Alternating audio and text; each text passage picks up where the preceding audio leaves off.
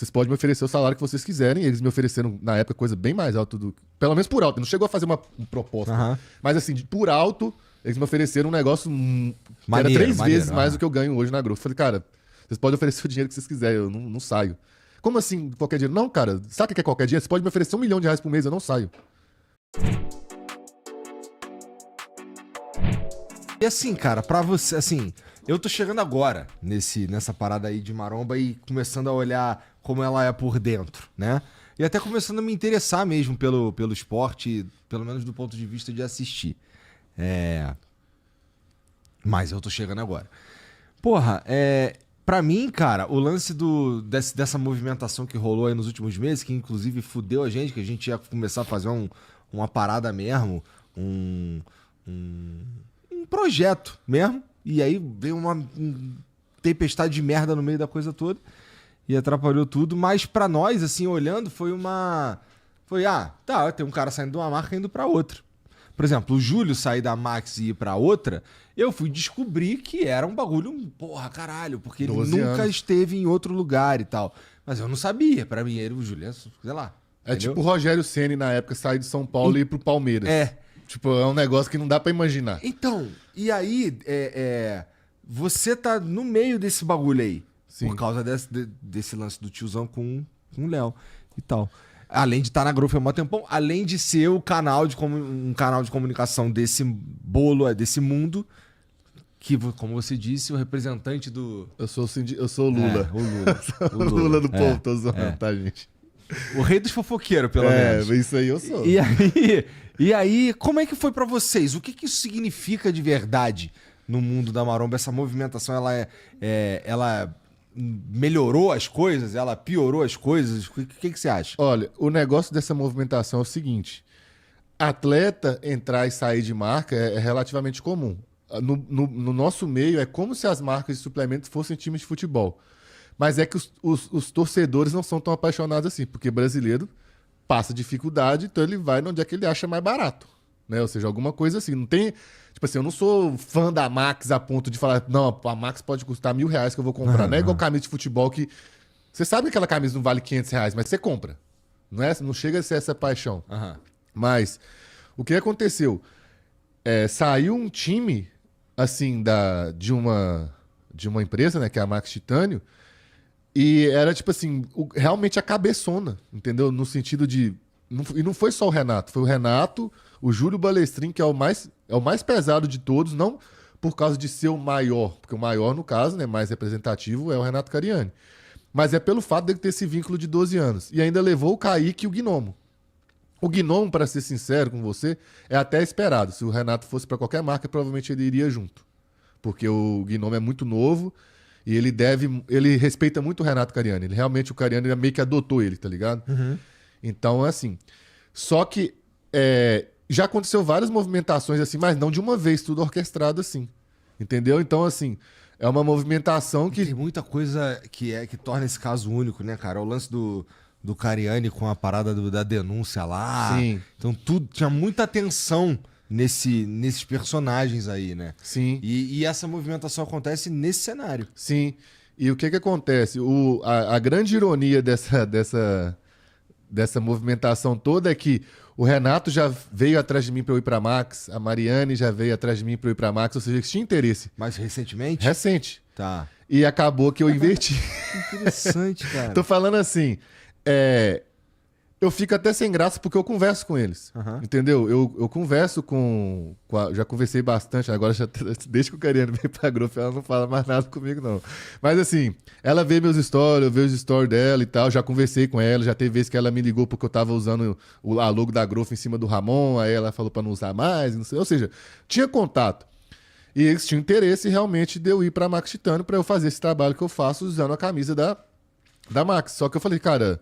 Vocês podem me oferecer o salário que vocês quiserem. Eles me ofereceram, na época, coisa bem mais alta pelo menos por alto. Não chegou a fazer uma proposta. Mas, assim, por alto, eles me ofereceram um negócio que era 3 vezes mais do que eu ganho hoje na Growth. Falei, cara, vocês podem oferecer o dinheiro que vocês quiserem. Eu não saio. Como assim qualquer dinheiro? Não, cara. Sabe o que é qualquer dinheiro? Você pode me oferecer R$1 milhão por mês. Eu não saio. Ou seja, realmente não tem preço. Entendeu? E aí você fala, tipo assim, como assim não tem preço? Não existe ninguém que não tem preço. O que aconteceu pra construir todo esse elo aí, cara? O elo de eu ter 800 inscritos, cara. Isso fez toda a diferença, entendi. Pra mim fez, cara. Porra, cara. Pra mim Eu fez. gosto disso. É muito foda isso daí. Eu acho. Mas aí... Aí o que aconteceu? Eu vou resumir pra você. Pra fazer sentido, né? Quando aconteceu aquela confusão lá da polícia, Aham. o que aconteceu? Ficou aquela confusão, os sites tudo divulgando, aí depois veio Fantástico, o programa na Rede TV, na Record, não sei. Ou seja, todo mundo tava falando daquilo. E como o Renato Cariani sempre vestiu muito a camisa da Max Titânio, cara, não tinha como você desvincular. Os dois viraram uma simbiose, tá ligado? Igualzinho o Homem-Aranha mesmo lá quando tem o Venom. Ou seja, viraram uma coisa só. Aham. Então você não sabia mais o que era Renato Cariani e o que era Max Titânio. Então é óbvio que a imagem da Max Titânio foi vinculada ao Renato Cariani de Sim. maneira muito forte. E outra, recentemente o Renato Cariani já estava falando em podcast que ele era sócio do Grupo Suplay. Ele falava assim, não, eu sou sócio do Grupo Suplay. Só que, pelo que eu entendi, pelo que eu sei, ele ainda não era sócio no papel. Mas era uma conversa que estava muito adiantada. A ponto de o próprio pessoal da Suplay tratar ele como sócio. Chegar na comissão de venda lá e tal, e apresentar ele assim. Então, assim, já tava um negócio... Como é que tu sabe disso aí? Eu sei disso aí porque eu tenho meus contatos. Tá, então você via... Os caras via rolar e eles te falavam. Sim. Tá bom. Não foi uma só pessoa que me Tu falou não tá isso. Então, inventando isso. não, eu concluo que uma coisa é muito provável de ser verdadeira quando duas pessoas, pelo menos, de interesse diferente, contam a mesma história. Entendeu? Ou seja, tem uma pessoa aqui que tá muito interessada que eu saiba de uma coisa. Aham. Aí essa aqui tá muito interessada que eu saiba de outra coisa. Mas as duas contam a mesma história. Eu falo assim, cara, se um tá contra o outro e estão contando a mesma coisa, é sinal que isso provavelmente é verdade. Tá bom, tá bom. Entendeu? E isso que eu tô te falando aqui é um desses casos. Tá bom. E aí, quando a imagem da Suplay ficou, principalmente da Max Titânio, ficou muito vinculada ao Renato Cariani, eles foram obrigados a tomar alguma atitude. Que foi quando saiu aquela nota, o próprio Renato já esclareceu que ele sabia da nota, mas ele não concordou.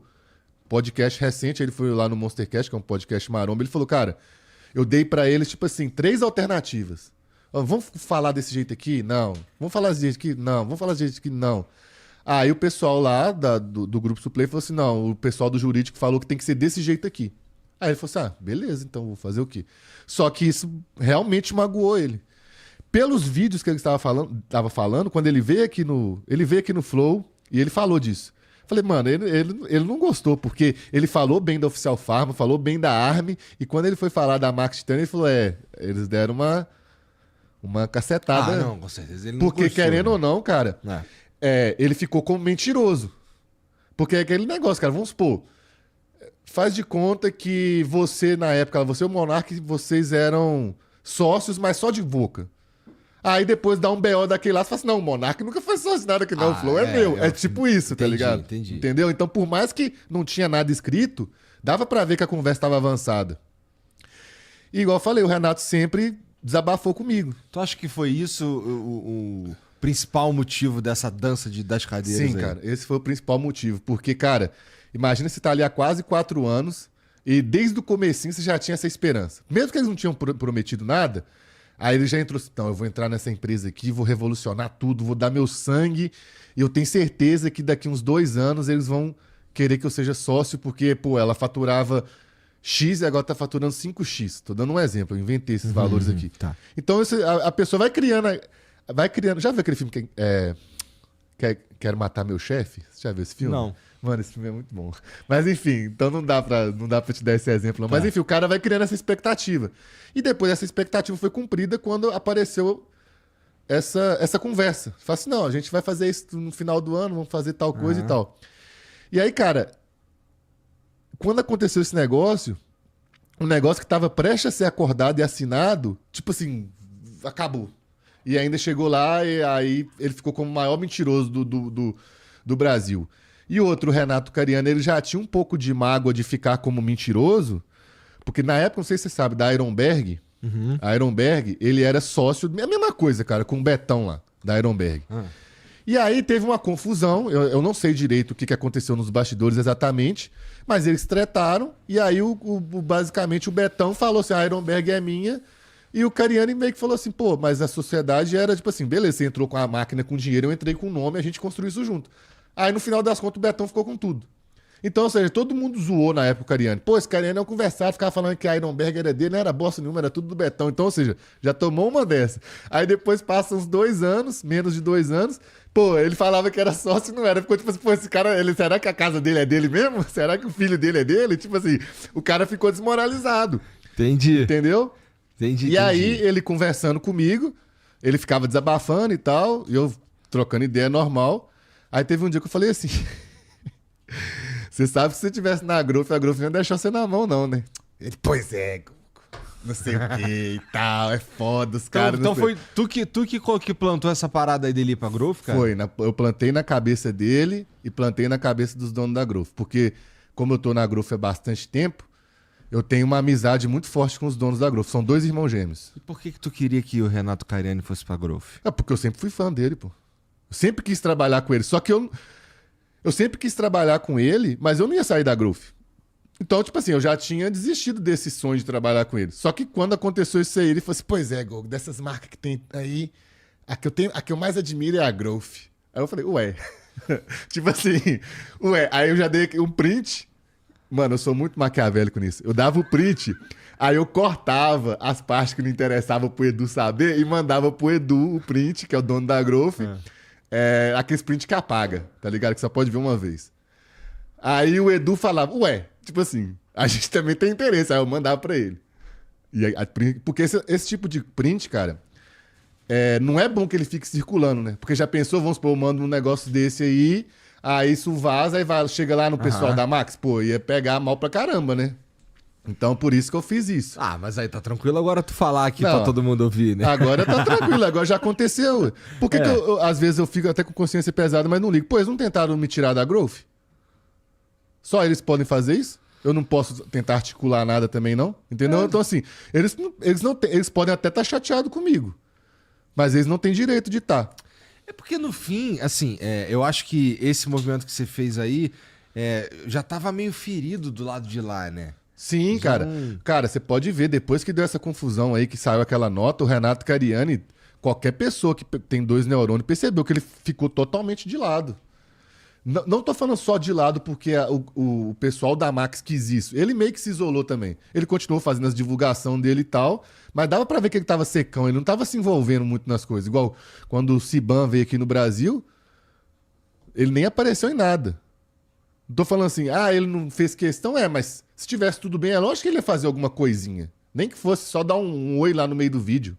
Alguma coisa assim, entendeu? Então, deu pra ver que ele ficou sentido. E aí, essa articulação toda foi acontecendo desse jeito. Aí eu falava assim com o Edu, quanto será que o Cariani ganha lá na Max? Aí eu falava assim, eu acho que ganha tanto.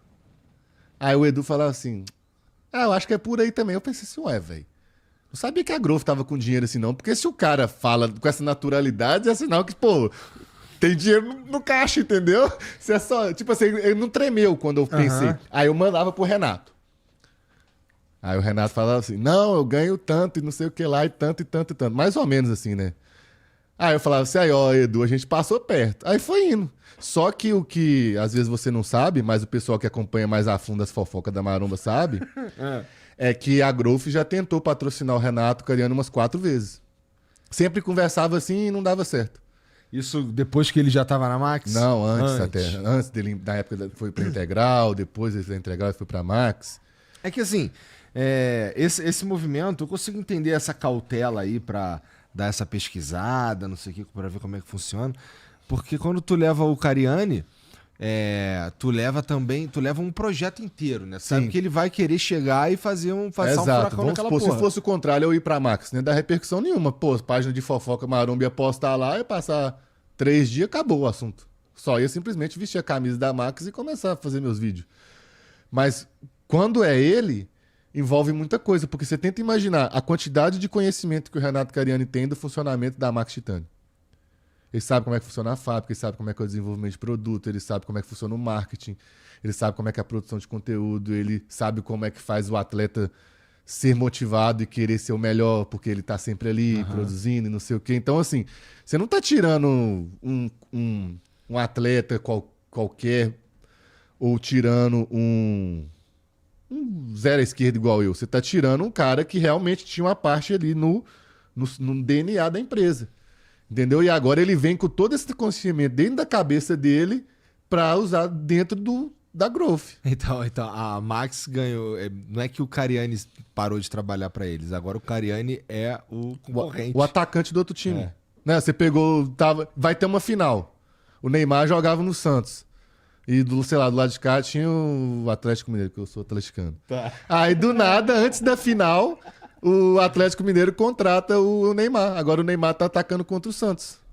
Assim, dentro das 4 linhas, sem fazer nada de ilegal, mas, pô, o cara mais perigoso do outro time agora tá do seu time. É basicamente isso.